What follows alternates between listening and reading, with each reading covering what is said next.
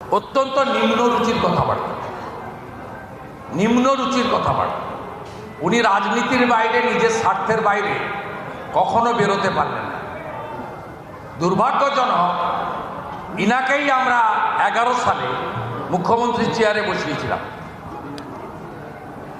লজ্জা, বাংলার গর্ব মমতা নয়, বাংলার লজ্জা মমতা। এই ধরনের কথা আজকের দিনে মন্তব্য করার মধ্য দিয়ে উনার সংকীর্ণতা এবং উনি যে রাজনীতির বাইরে, নিজের স্বার্থের বাইরে কিছু ভাবেন না, এটাতে প্রমাণিত। আপনার যদি ক্ষমতা থাকে আপনি সুপ্রিম কোর্টে যান। আমি তো আপনাকে নোটিশ করেছিলাম পেন ড্রাইভ দেখানোর জন্য, দেখাতে পারেননি। আমি আলিপুর কোর্টে মামলা করেছি, আপনার সঙ্গে আলিপুর কোর্টে দেখা হবে। সব সময় এই ধরনের কথাবার্তা বলে।